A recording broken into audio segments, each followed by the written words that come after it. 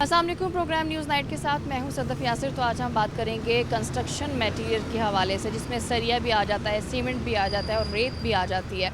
और इनके जो रेट्स हैं तकरीबन 10% ज़्यादा किए गए हैं। और 2018 से जब से इनकी हुकूमत आई है तब तो रेट्स इतने ज़्यादा नहीं थे, लेकिन उसके बाद से जो रेट्स हैं वो मुसलसल ज़्यादा होते जा रहे हैं। कई वजूहत हो सकती हैं, लेकिन वजूहत क्या होंगी इसी पर बात करेंगे। तो अभी मेरे साथ कंस्ट्रक्शन मटेरियल से मुंसलिक कारोबार करने वाले लोग मौजूद हैं, मैं उनसे बात करूँ। तो आप मुझे बताएं क्या वजह बन रही है कि जो कंस्ट्रक्शन मटेरियल है वो 10% तक उसका रेट ज़्यादा कर दिया गया है। बिस्मिल्लाहिर्रहमानिर्रहीम। असल में ये सूरत हाल है, जो हमारी गवर्नमेंट है ना इस वक्त वो अनबैलेंस है। वो कोई भी अदारा जो है ना वो टच नहीं कर रहा। कोई भी फैक्ट्री है, कोई मिल है, कोई अदारा है, वो अपनी मर्ज़ी से रेट बढ़ा रहा है। ये पिछले एक वीक से हमारा रेट तकरीबन को 20 रुपये पर केजी स्टील का ऊपर चला गया है। इसी तरह यानी कि सीमेंट जो है वो तकरीबन को 150 रुपये के लगभग पर बैग ऊपर चला गया है। तो कंस्ट्रक्शन का हाल तो पहले ऑलरेडी बुरा था, यानी कि कस्टमर पहले ही नहीं था। गवर्नमेंट की पॉलिसियों की वजह से काम बहुत कम है। आप देखिए, आप मार्केट में हम खड़े हैं, ज़रा पूरी मार्केट का आप विज़िट कर लें। यानी कि मज़दूर आदमी भी इधर खड़ा है, दुकानदार भी बैठे हुए हैं। यानी कि ये अनबैलेंस जो सिलसिला चल रहा है ना, ये पता नहीं कब तक रहेगा और कोई पूछने वाला नहीं है। जिसकी वजह से महंगाई जो है ना वो, मेरा ख्याल है कि ये तो अभी जो 10-15 दिन बाकी रहते हैं इसमें और 10-15 रुपये पर केजी बढ़ जाएगा।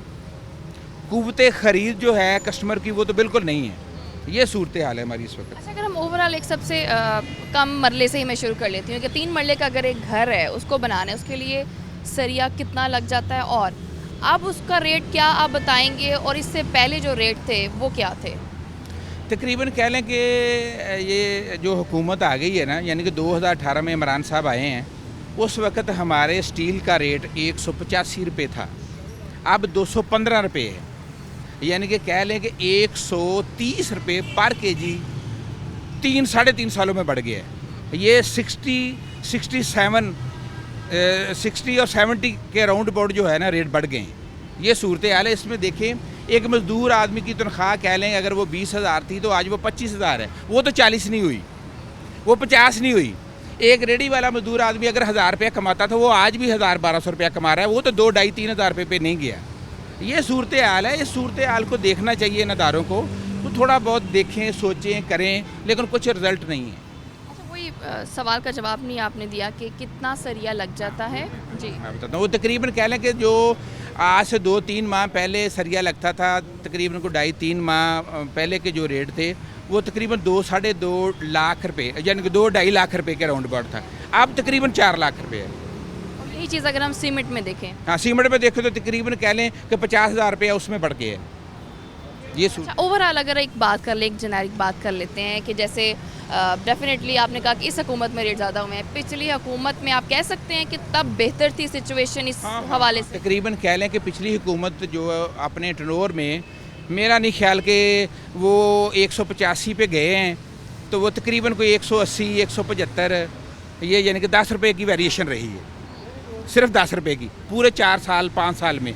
तो ये 4 साल में तो तकरीबन 120 रुपये पर केजी ऊपर रेट चला गया है। बहुत बड़ा फ़र्क है ये। इसकी वजह ये भी यही समझते हैं कि डेफिनेटली ये जो बिजली के रेट्स दिन ब दिन ऊपर जा रहे हैं वो वजह बन रही है।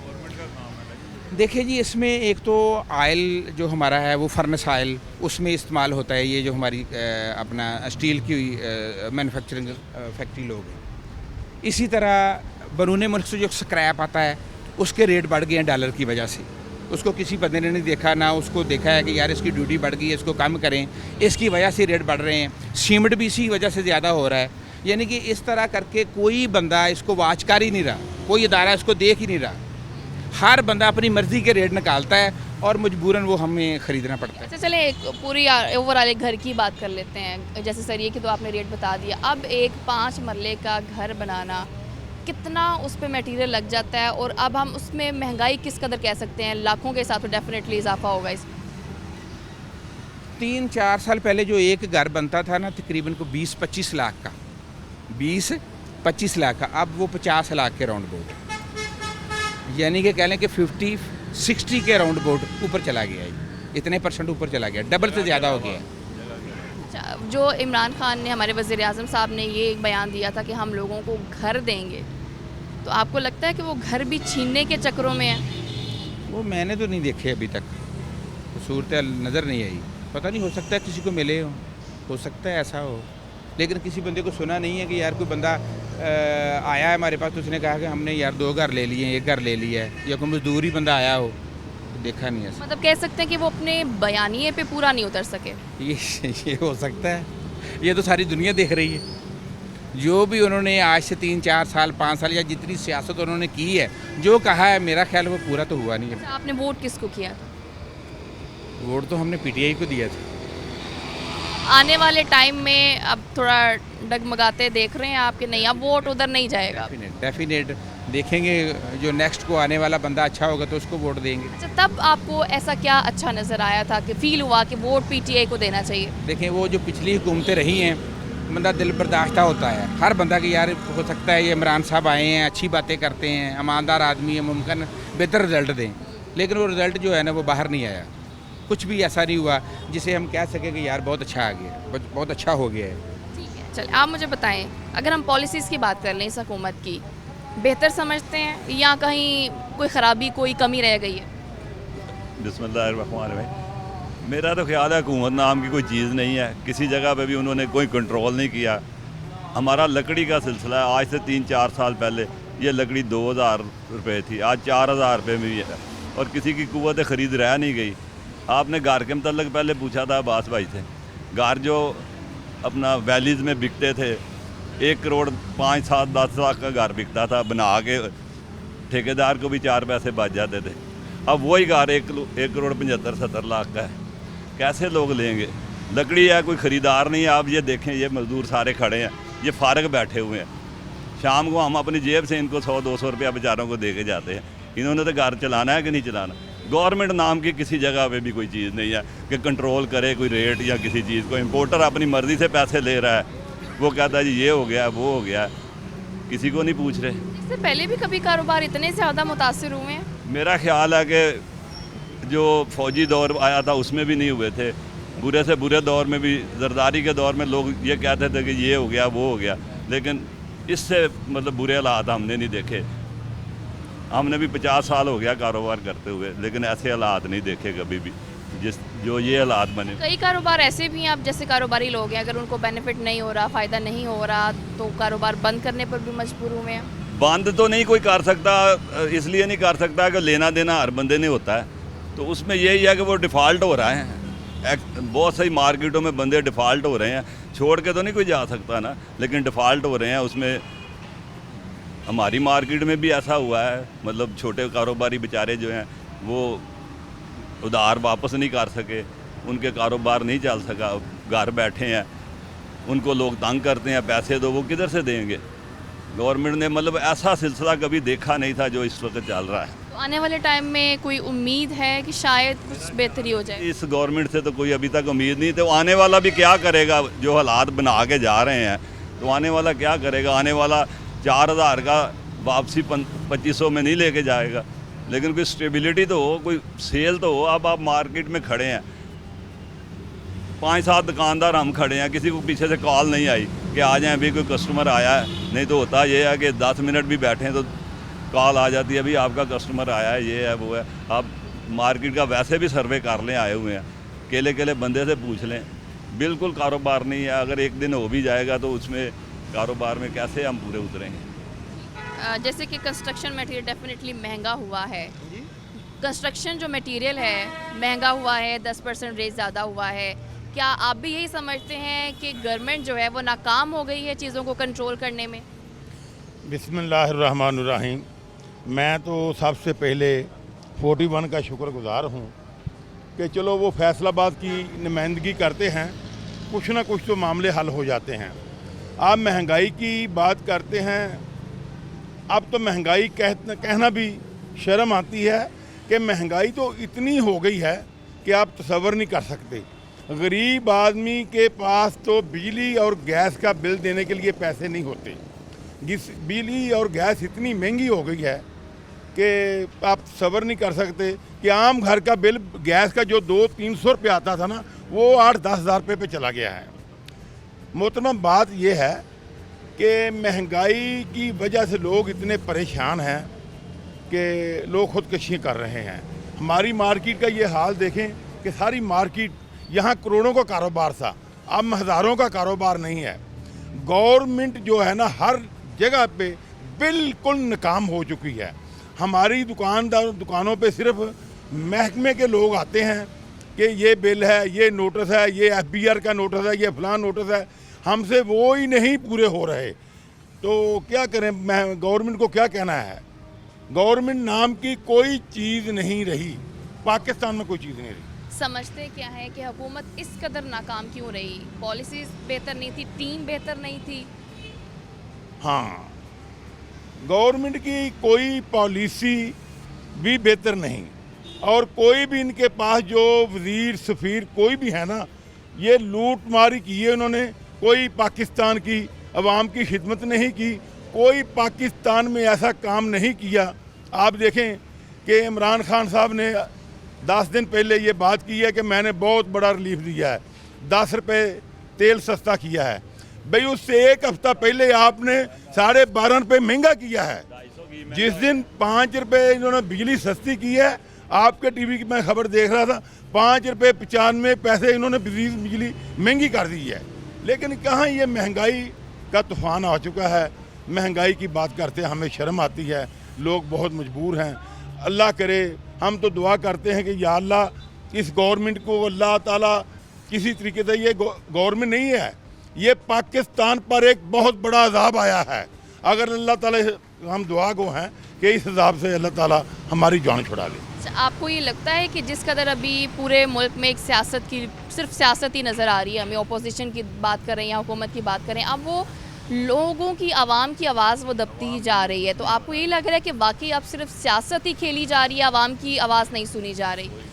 आवाम तो बेचारे बेबस हैं, जो टीवी पे देखते हैं, जो सुनते हैं, उस पे पीछे लब्बैक कह रहे हैं। लेकिन मैं ये देख रहा हूँ कि अपोजिशन जमातें अब बहुत ज़्यादा इकट्ठी हुई हैं, और मुझे बहुत ही यकीन है अगर अपोजिशन इकट्ठी हुई, एक आदमी के ख़िलाफ़ इकट्ठी हुई हैं, और ये बहुत देर पर चलेंगी, और इंशाल्लाह मुल्क में अगर ये तब्दील होगी गवर्नमेंट, मुल्क में बेहतरी आएगी इंशाल्लाह। दुआ तो यही करते हैं कि मुल्क में बेहतरी आए, क्योंकि कुछ टाइम रह गया इस हुकूमत के पास, शायद चीज़ें बेहतर हो जाए। अभी वक्त पर ब्रेक का साथ रहिए।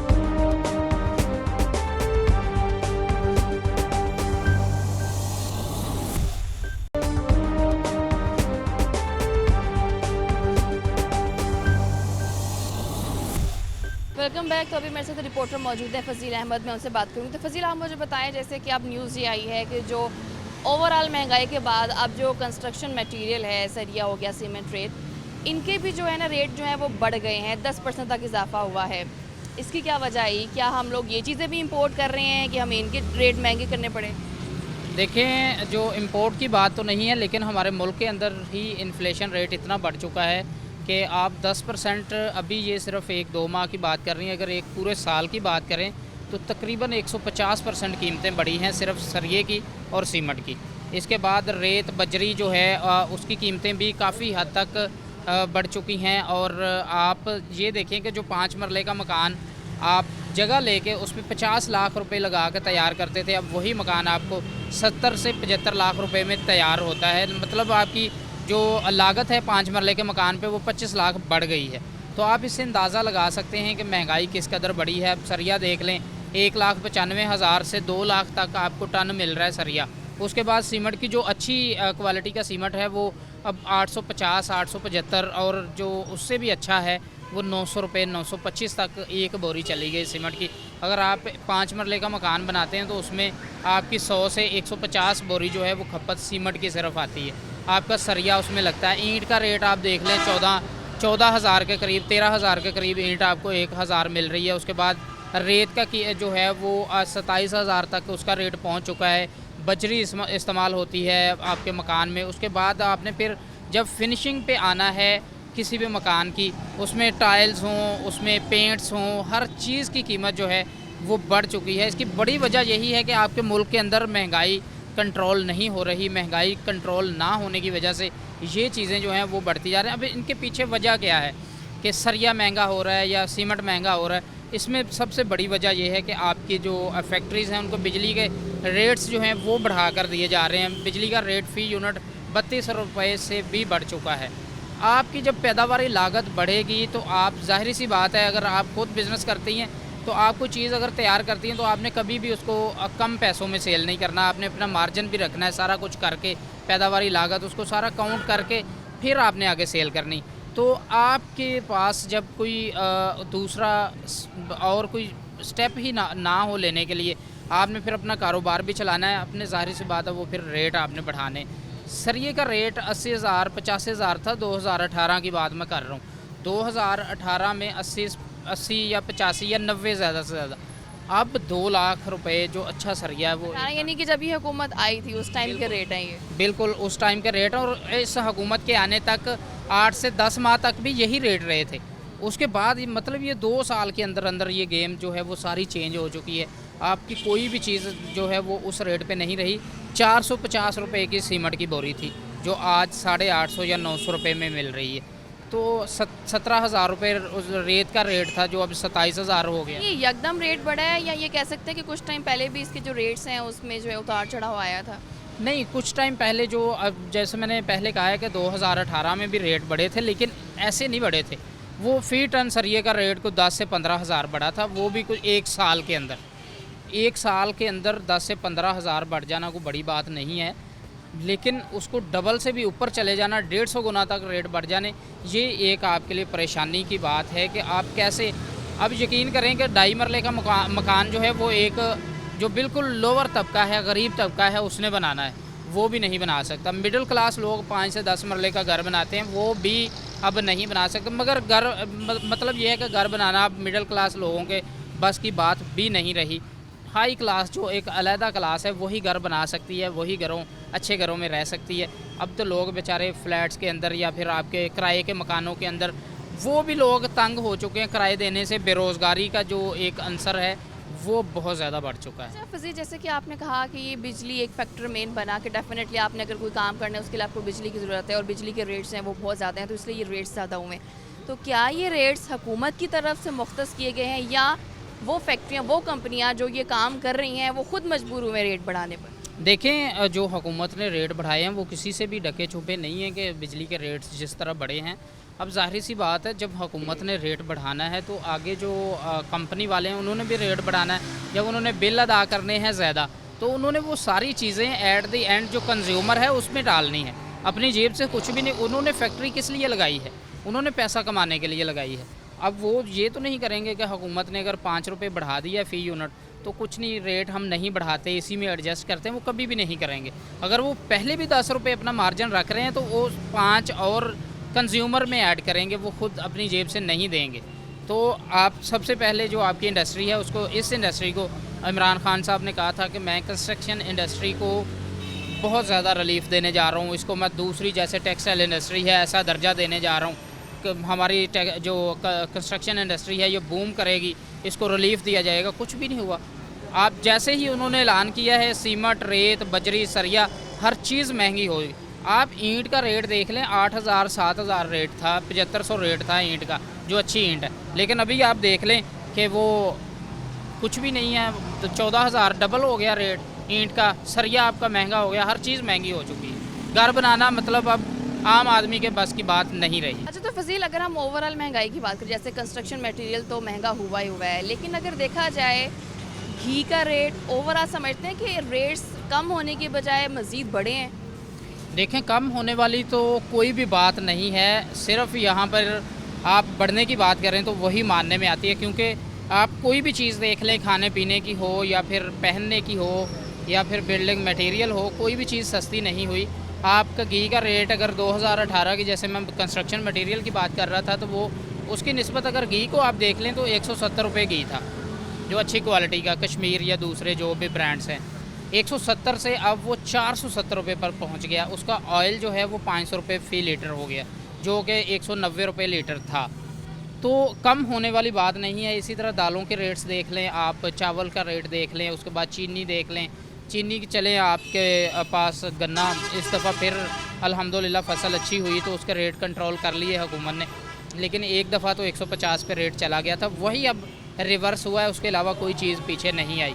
चावल का रेट आप देख लें, जो अच्छा बासमती का चावल है या फिर सुपर है, आपको कोई भी 150 से नीचे फ़ी किलो नहीं मिलता, जो कि बहुत अच्छा बासमती का जो चावल है हमारे अपने पंजाब के अंदर होता था, वही 120 रुपये किलो था, जो अब 150 से नीचे नहीं है। उसके बाद अब अगर आप जो रोज़ाना के इस्तेमाल में आपके मसाला जात हैं उनके रेट्स देख लें। अभी पिछले दिनों मैंने खुद ये खबर दी थी कि जो आपकी मिर्च है, लाल मिर्च, उसका पाउडर जो है वो फ़ी पाव उसका पैकेट 70 रुपये महंगा हुआ है। तो आप उसको 4 से ज़रब दे लें, तकरीबन 280 रुपये फ़ी किलो मिर्च महंगी हो गई है। इसको फजील फिर पेट्रोल के रेट से कैसे कंपेयर किया जाता है? क्या क्योंकि अगर देखा जाए पेट्रोल का रेट 10 रुपये नीचे आने के बाद भी रेट ज़्यादा हो रहे हैं। जब रेट ज़्यादा हो रहे होते हैं ये कह दिया जाता है कि जी पेट्रोल का रेट महंगा इसलिए हर चीज़ महंगी होगी। तो ये कंपैरिजन कैसे है? देखें, पेट्रोल महंगा होने से कुछ चीज़ें हैं जो महंगी होती हैं और कुछ चीज़ें हैं जो सस्ती होती हैं, लेकिन जो ऐसी चीज़ें हैं रोज़ाना के इस्तेमाल की, वो चीज़ें आपकी जो ख़ास तौर पर मैं अक्सर कहता होता हूँ कि प्राइस कंट्रोल मजिस्ट्रेट जो हुकूमत ने स्पेशल इसलिए बनाए हैं, उनका कंट्रोल नहीं है कहीं भी। आपकी मार्केट कमेटी रेट लिस्ट जारी करने में सिर्फ अपना किरदार समझती है कि हमने रेट लिस्ट जारी करनी है, उसको चेक एंड बैलेंस नहीं करती। आप रोज़ाना की बुनियाद पर सिर्फ सब्ज़ियों की रेट लिस्ट देख लें जो जारी करती है मार्केट कमेटी। मार्केट के अंदर चले जाएं, आपको जो रेट गवर्नमेंट ने दिया है उससे डबल पे मिलेंगी चीज़ें। मतलब आप रेट लिस्ट जारी करते हैं, आपके नुमाइंदे निकले मार्केट के अंदर, चेक करें जाके। यही फैक्टर जो है वो हम इस हुकूमत में नहीं देख रहे कि चेक एंड बैलेंस नहीं है। जैसे आप सब्जियों की बात कर रहे हैं तो हर जगह पर रेट डिफरेंट ही नज़र आता है और इस डिफरेंट रेट को एक रेट करने वाला कोई भी नहीं नज़र आता। देखें, सिर्फ इस हुकूमत की बात नहीं, ये हर हुकूमत का मसला रहा है कि रेट लिस्टें जारी कर दी, फील्ड अफसरान जो हैं वो अपने दफ्तरों में बैठे हैं, एसी चला के गर्मी में हम नहीं निकल सकते। क्यों नहीं निकल सकते? आप शहजादे हैं, आप तनख्वाह किस चीज़ की लेते हैं? आप निकलें, विज़िट करें। हाँ, सिर्फ एक चीज़ है कि अगर जब मुस्लिम लीग नून की हुकूमत होती थी, मियाँ शहबाज शरीफ जो हैं वो इस चीज़ का बड़ा एज लेते थे अवाम में जाकर, वो खुद पूछ-गीछ में बड़ा करते थे कि मेरा लोगों में मेयार बने, लेकिन वो भी सिर्फ अपनी हद तक के कभी कभार निकले, अफसरान को चेक किया, वो रेट वगैरह चेक कर लिए। और अब तो ऐसा बिल्कुल भी नहीं है। आपके जो इंतज़ामिया है वो तो आप यकीन करें कि ऐसे ही है जैसे सोई है और कुछ खा के सो गई है। ठीक है फजील, बहुत शुक्रिया। चलिए उम्मीद ही करते हैं कि आने वाले टाइम में चीज़ें बेहतर हो जाए। अभी वक्त ब्रेक का साथ रहिए।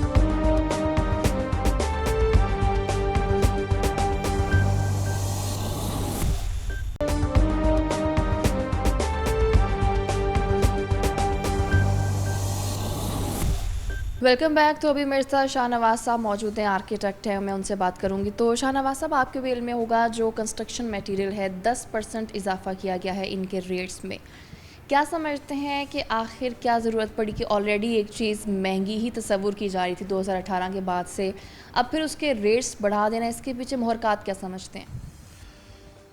थोड़ा सा इंट्रोड्यूस करवा दूं। मैं शाहनवाज आर्किटेक्ट हूं जी। फैसलाबाद में मुझे प्रैक्टिस करते हुए as an architectural consultant it's 43 years और माशाल्लाह हमारे हज़ारों प्रोजेक्ट्स हैं और इसलिए आज मैं जितनी बात करूंगा वो रियलिटी बेस्ड होगी, यानी एक ऐसी ग्राउंड रियलिटी जिसमें कोई गपशप नहीं होगी। अच्छा, आपने पहले तो मैं आपको थोड़ा सा आपको गाइड कर दूं कि आपने पूछा 10% इंक्रीज़, ऐसा नहीं है। ये 10% तो आपने अभी सुनी है। आप मुझसे पूछे पिछले 2 साल में कितनी इंक्रीज़ हुई है। ये 10% और टैक्सेस का रिज़ल्ट देखते देखते पेट्रोल का महंगा होना, डीजल का महंगा होना, क्योंकि बिल्डिंग मटेरियल सारा इफ़ेक्ट करता है कि ये ट्रांसपोर्टेशन जो है ना वो कितनी कॉस्टली है। तो इसका रिज़ल्ट क्या हुआ है मैं आपको नट शेल में पहले वो बताता हूँ। ये बात सिर्फ 10% की होती तो ये कोई मसला ही कोई नहीं था, ये जो आप बात कर रही हैं। पिछले 2 साल में सीमेंट की प्राइस आज से एग्जैक्ट 2 साल पहले 225 रुपये का बैग था, 1 सीमेंट बैग, आज 800 रुपये का है। हम 4 गुना की बात कर रहे हैं, 10% की बात नहीं हो रही है। इसी तरह से अब मैं बात स्टील की करता हूँ। आज से 2 साल पहले स्टील 110 रुपये पर केजी था, आज हम बात कर रहे हैं 200 रुपये पर केजी की। और सीमेंट की जो हमें बात सुनने में आ रही है कि ये 800 पे नहीं रहना, ये 1000 होने जा रहा है, क्योंकि ये जो सीमेंट माफिया जो हमारा बहुत बड़ा है, सिर्फ 5-6 लोग इसको कंट्रोल करते हैं।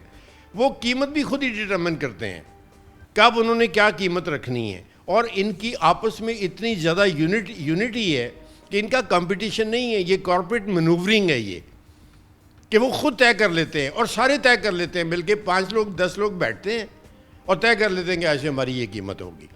तो बाज़ दफ़ा ऑनेस्टली, अब ये मैं सियासी बंदा नहीं हूँ, लेकिन मुझे इतना थोड़ी सी नोह ज़रूर है इस बात की कि बाज़ दफ़ा गवर्नमेंट के जो एग्जिस्टिंग गवर्नमेंट चल रही होती है, जैसे प्राइम मिनिस्टर का प्रोग्राम था कि हमने कंस्ट्रक्शन को बढ़ाना है, हमने इंडस्ट्री, हमने रोज़गार करना है, यानी बिल्डिंग एक्टिविटी बढ़ानी है कि लोगों को घर भी मिले और कंस्ट्रक्शन हो तो रोज़गार भी मिलेगा, लेबर जो है उसमें इन्वॉल्व होगी। तो पता नहीं क्यों मुझे कभी कभी ये फील भी आती है कि जब ये इस तरह की माफिया कंट्रोल करने पर आ जाए कि गवर्नमेंट का प्रोग्राम फ्लॉप कैसे करना है, उसकी पॉलिसी के अगेंस्ट कैसे चलना है कि लोगों की चीखें निकल जाएं, तो शायद ये 10 लोग हैं जो डिसाइड करते हैं फॉर्चून आपके कंट्री की, और ये वो पीछे बिजनेस माफिया है बेसिकली। मैं तो बिल्कुल स्ट्रेट फॉरवर्ड, मुझे किसी की कोई परवाह नहीं है। तो इस माफिया का अगर आपको पता है तो आपको क्या लगता है हुकूमत को नहीं पता हो? अगर हुकूमत अगर चाहे एक चेक एंड बैलेंस जो कि इस हुकूमत में हमें नज़र नहीं आता, अगर वो चाहे तो इस चीज़ को चेक भी कर सकती है। देखें हुकूमत जब मार्जिन के ऊपर खड़ी हो कि सिर्फ 4 वोट इधर से उधर हो जाएं और वो ख़त्म हो सकती हो, तो कितना चाह सकती है गवर्नमेंट? मुझे आप बताएं, हाउ इट्स पॉसिबल जब इतनी मार्जिनल स्ट्रेंथ के ऊपर खड़ी हो कि वही 10 इंडस्ट्रियल जो हैं, यानी हम सीमेंट माफिया की बात कर रहे हैं इस कंट्री की जो ट्रिलियंस में है, उसकी अफोर्डेबिलिटी, और वो गवर्नमेंट टॉपल करने की पोजीशन में हो, तो आप कैसे कंट्रोल करोगे उनको? ये गवर्नमेंट कैसे कंट्रोल कर सकती है उसको? अब इसका रिजल्ट क्या है इस सारी बात का कि ये जो महंगाई की मैंने रेशो बताई है, सबसे ज़्यादा तकलीफ मुझे है कि मैं एक प्रोफेशनल हूँ, हम अपने प्रोजेक्ट्स भी कर रहे हैं और हमारी कमिटमेंट है, और वो प्रोफेशनल की कमिटमेंट है जिसको अपनी इज्जत अजीज़ होती है पैसे से ज़्यादा। तो हमने अपनी कमिटमेंट पूरी करनी है हर सूरत में, नो मैटर कि ये 4 गुना हो जाए, 6 गुना भी हो जाए, तो हमने वो पूरी करनी है। लेकिन ओवरऑल तो ऐसा नहीं है। होता क्या है, अब आपका क्या ख्याल है? मैं आपको लिख के दे देता हूँ कि जो प्रोजेक्ट आज से 2 साल पहले शुरू हुए थे, लोगों ने बेच दिए एक सर्टन कीमत के ऊपर, उनको 4 गुना ज़्यादा कीमत पड़ रही हो सीमेंट और इस तरह से सरिये की डबल पड़ रही हो, क्या वो भागेंगे नहीं? अल्टीमेटली दे कांट डिलीवर, वो तो डिलीवर ही नहीं कर सकते बेचारे, वो अपनी जेब से थोड़ी डालेंगे।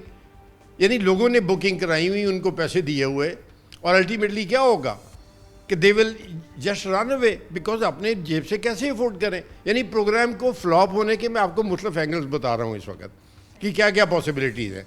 अच्छा, तीसरा, अब इस सारी को मैं थोड़ा सा शॉर्टर टर्म में आपको अगेन बताऊँ। लफ्ज़ बोला जाता है पूरी दुनिया में अफोर्डेबल हाउसिंग। अफोर्डेबल हाउसिंग किसको बोलते हैं कि आम बंदा, ये जो अपर क्लास है वो तो अफोर्ड कर ही लेती है, उसके तो वो मसाइल ही नहीं है, वो तो कहीं ना कहीं से उन्होंने मनूवर कर लेना है, उन्होंने अपने प्रोडक्ट की इंडस्ट्री ने कीमतें बढ़ा देनी है, तो उनको तो फ़र्क कोई नहीं पड़ता इस बात से। जॉब करने वाला तबका जिसकी फॉर एग्जांपल सैलरी गवर्नमेंट बड़ी मुश्किल से किसी बजट में कोई बड़ा छाल मारे ना जी, तो वो कहती कि जी 20% इन्होंने दी तनख्वाह वधा दो। अब 20% का मतलब है कि जिस बंदे की 20,000 जो 25,000 लेट से कि जी मिनिमम सैलरी उन्होंने फिक्स कर दी कि 20 नहीं जी होगी 25 होगी, ओके मान लिया, 10% आपने बढ़ा दिया, 27,000 होगी। अब 27,000 को आप देखें कि दूसरी तरफ जो 27,000 की जो बंदा था, अफोर्डेबल हाउसिंग उसको कहते हैं कि वो अपनी 1/3 सेविंग से, जो अपनी सैलरी में से अगर 1/3 बचाए तो उसके साथ वो घर की किस्त दे सके। ये है पूरी दुनिया में तरीक़ेकार देखने का। अच्छा, अब वो 1/3 उधर से वो एक तो महंगाई जो उसको मुसीबत पड़ गई अपनी रोज़मर्रा की, अब वो 1/3 चले हमने फिर भी मान लिया कि उसने बचा लिया। दूसरी तरफ वही घर जो उसको 30 लाख रुपए में मिल सकता था वो हो गया 90 लाख का, तो बाहर निकल गया उसकी अफोर्डेबिलिटी से, विच मीन्स कि affordable housing is no more there now. ये फ़र्क हो गई अब ये सिर्फ बातें रह गई हैं कि जी लोगों को घर देंगे, हम इतने हज़ार घर देंगे। भाई आप दे दें, कहाँ से वो ख़रीदेंगे आपसे? आप तो कह रहे हैं एक बैंक से लोन लो। अच्छा, बैंक की किस्त वही उस 1/3 में से देनी है ना उसने, तो आपने बैंक की किस्त तो कह दी कि बैंक का लोन दे देंगे, लेकिन दूसरी तरफ ये नहीं देखा कि 30 लाख का जो अपार्टमेंट या छोटा सा जो घर था वो 90 लाख का हो गया। वो बेचारा कहाँ से देगा वो? यानी ये है जो मैं समझता हूँ कि अफोर्डेबल हाउसिंग फ़ारिग हो चुकी है। और उसके अलावा मतलब ये जो हमारे डिपार्टमेंट्स हैं जितनी, इनमें ब्यूरोक्रेसी है और जिस तरह से कि ये हर्डल्स क्रिएट करते हैं वो एक अलग सीन है पूरा, जो आज तक किसी से कंट्रोल नहीं हुआ। इसी और ये सारे वो फैक्टर्स हैं जो अफोर्डेबल हाउसिंग को ज़ीरो पर लेके आ गए हुए हैं। इसके अलावा कोई क्वेश्चन है तो बताएं। अच्छा, ये अफोर्डेबल हाउसिंग डेफिनेटली एक नारा वज़ीर आज़म का भी था।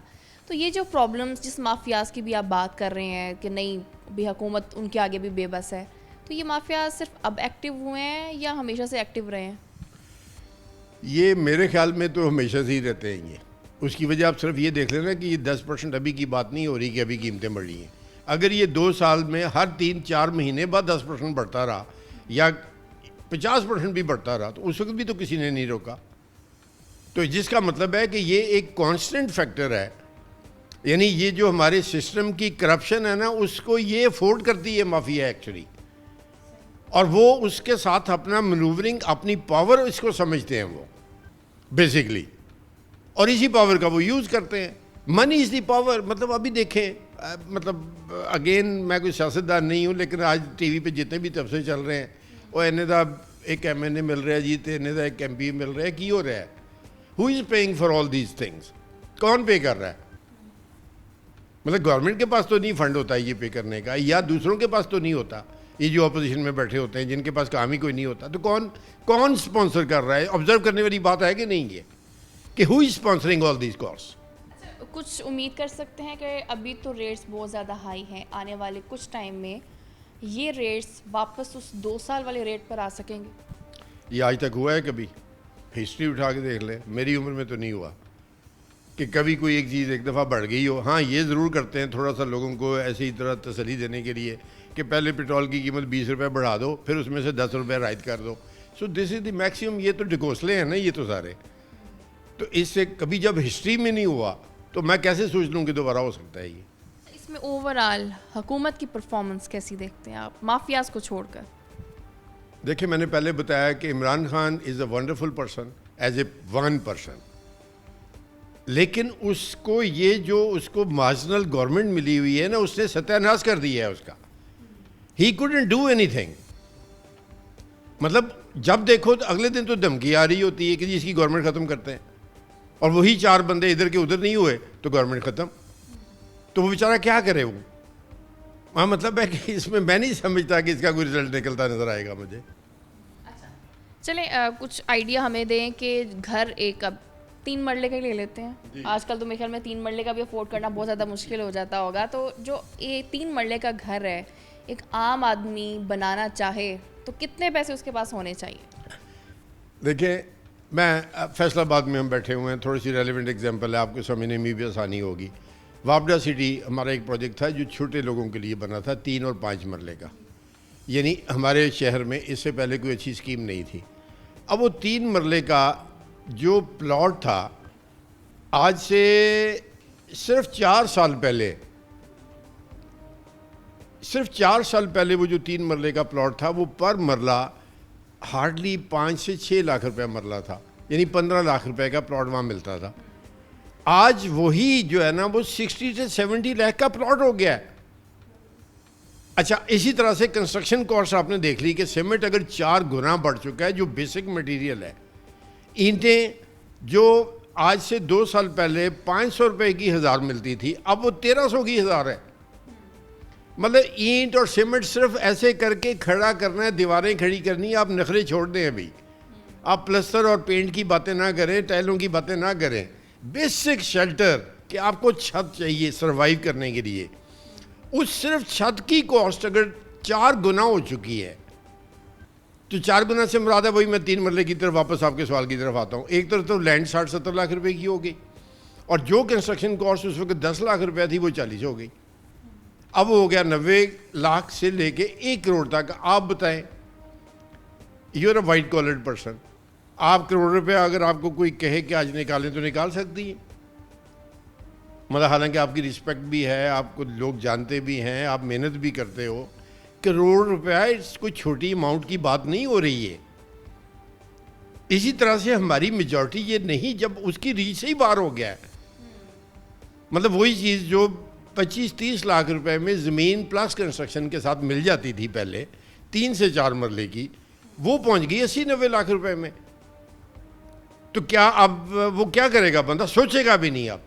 तो लोगों को कई दफ़ा ऐसे भी देखा है कि एक प्लानिंग डेफिनेटली जब बनाते हैं अपने माइंड में कि हमने एक घर बनाना है, आते भी हैं, प्लानिंग करते भी हैं, रेट सुन के मायूस होकर वापस जाते भी देखा है।